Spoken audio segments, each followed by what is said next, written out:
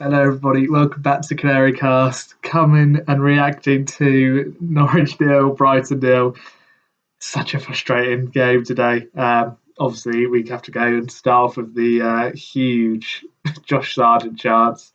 Wow, he was playing so well before that as well. Really, kind of the main threat for Norwich in that first half. Really busting away with kind of against the Dunk and Duffys and that kind of all the back five of Brighton. He's really harrying, and in the first kind of quarter of the game, he had a beautiful touchdown from Ben Gibson's long pass.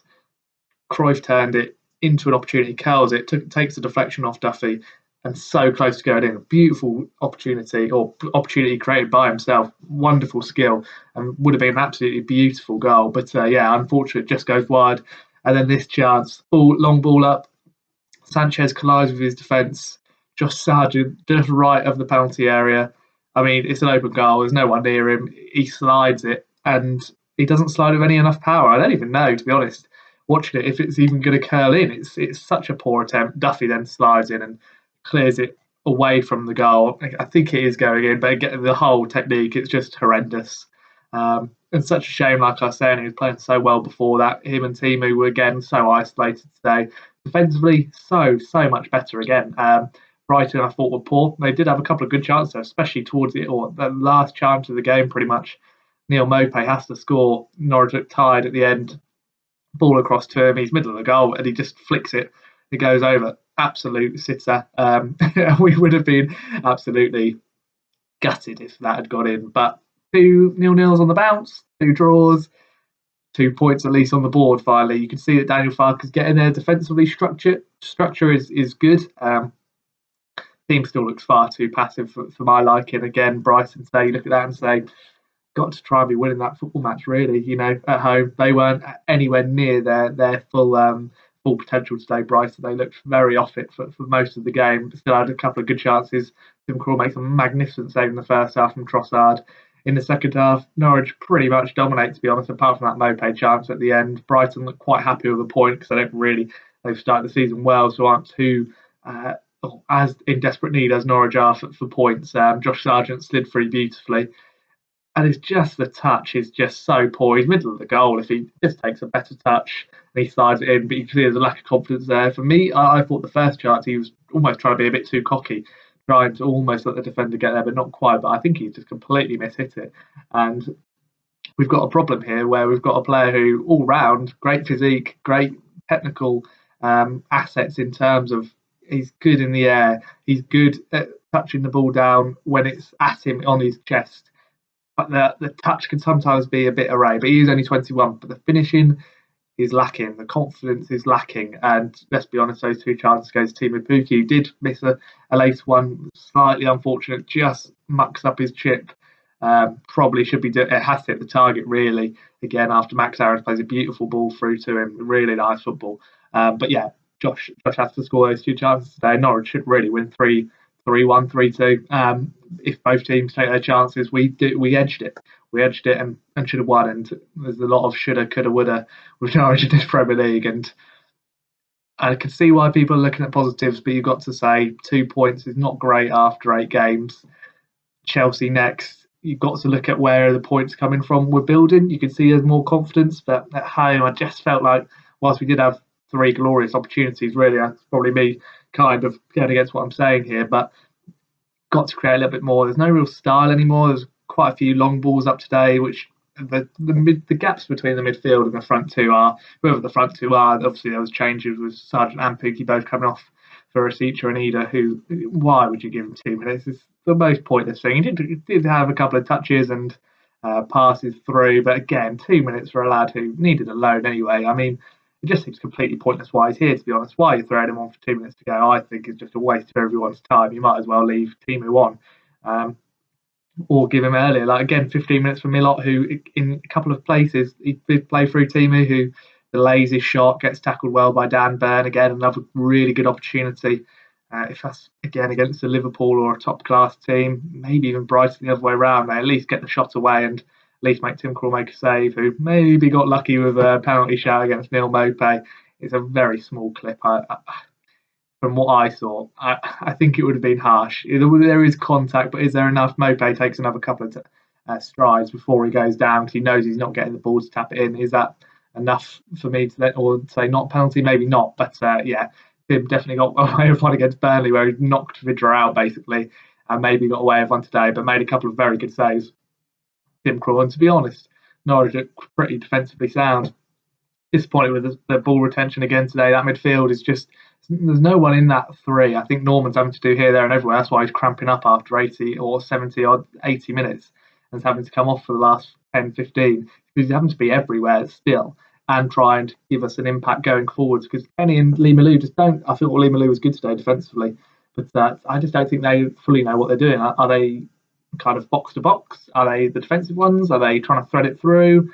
I don't think any of them know what they do. I think you missed Billy Gilmore in there today.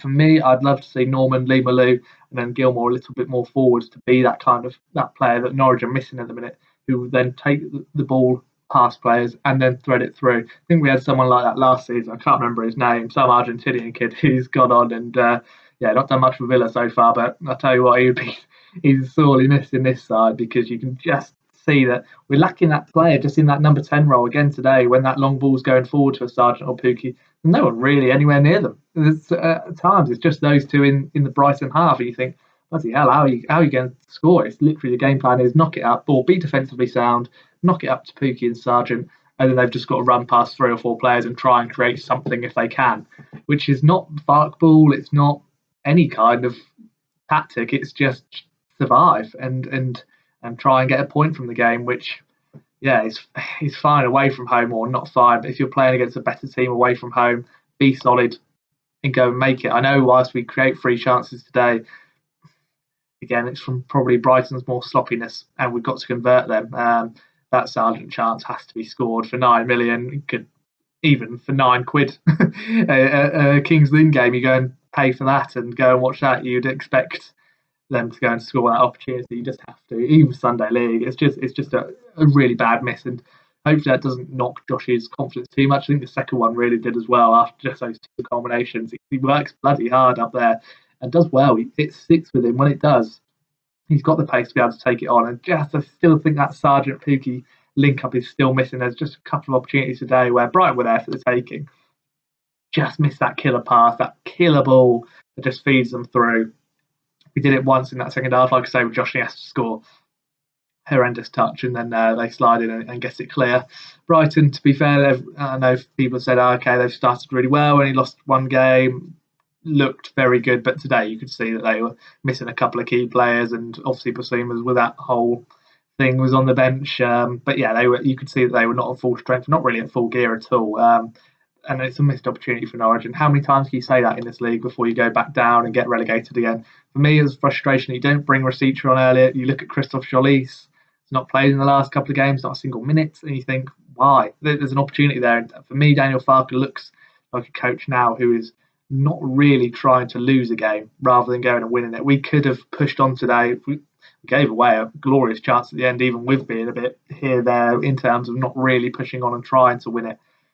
I just think that midfield still needs tweaking, really. Like I say, Kabak, Hanley, Gibson, but all very good today. Mopé didn't really cause too many issues, apart from that one opportunity at the end and that Tim Krul penalty debacle. But glad that didn't get sorted. Trossard hit the bar, gave him one time of space, really, today, and he created that. But all in all, I think we nullified Brighton pretty well in terms of how well they started. Brentford did the same and lost 1-0 at the end to a Trossard beauty, but so comparing to what they've done before. But yeah, Norwich have to win today, and it would have really lifted, I think, everyone. The support was absolutely magnificent, and to have been on 4 points, just on level points for 17th would have been brilliant. But yeah, still just a couple short. It's good that, let's be honest, that there's quite a few other crap teams around us this year that haven't won a game yet. I think Newcastle will unfortunately have to be out of reach now. That January they're going to spend silly money and probably try and get a very good manager in who will be happy to wait out this season, keep them up, and then really kick on for the next 5-10 seasons and go from there. So I think they might be out of the picture. You look at Watford, who got absolutely battered today, makes our loss to them look even worse, really. Burnley, who I think if you finish below Burnley this season, you're going down. Absolutely no real problems with that. And then I struggle to look at who else. Brentford, like I say, started well. It's a big points difference. They could start crumbling and lose a few in the row, but how are Norwich going to catch up to them? Southampton, for me, I think there's enough in that team to keep them up compared to Norwich. I don't see how Norwich finish above them. So is there anyone else? Wolves again today, come back from 2-0 behind against Villa, win 3-2. I don't really see where else Norwich are going to go and find a team that are going to drop. Leeds have struggled so far, but yeah, and that quality, that'll be a very, very interesting game when we play them soon. But a point's decent. At least you don't lose the game. But yeah, should win today. And I just need a little bit more from Norwich. To be fair, I can't be too much to blame in terms of the massive opportunities missed. But I just think at the end we could have maybe pushed on and tried to win that game because it was a huge opportunity today, and it's missed. 2 points out of 8. It's not been a great start. Still, only team of Pookie has scored for Norwich in the Premier League so far this season, and just how isolated those two up top are is silly, really, and it's never really going to come into any kind of. That's not going to change unless the midfield get forward, unless you get that person in that midfield who can go and drive with the ball or pass it. Just struggle to see where the goals are coming from. Better defensively, Chelsea up next. That's a game where you can go and be defensively structured and just try and counter. But today, yeah, just felt we gave Brighton a little bit too much respect. The one time we did press them, Sanchez goes and almost should have given Norwich a goal with the Sargent opportunity. But yeah, it needs to be a little bit more proactive at home. But slow signs of progress. Hopefully we get them a little bit quicker. Chelsea obviously next week, yeah, we can just not keep the score down, but you're not going to be too optimistic. That's not a game you need to pick points up from. Today probably was. But better. 2-0 nils, need to be getting better defensively, going forward, better defensively though. Let us know what you think down below. Like this video if you've liked it. Subscribe if you're new around here. And we'll see you very soon.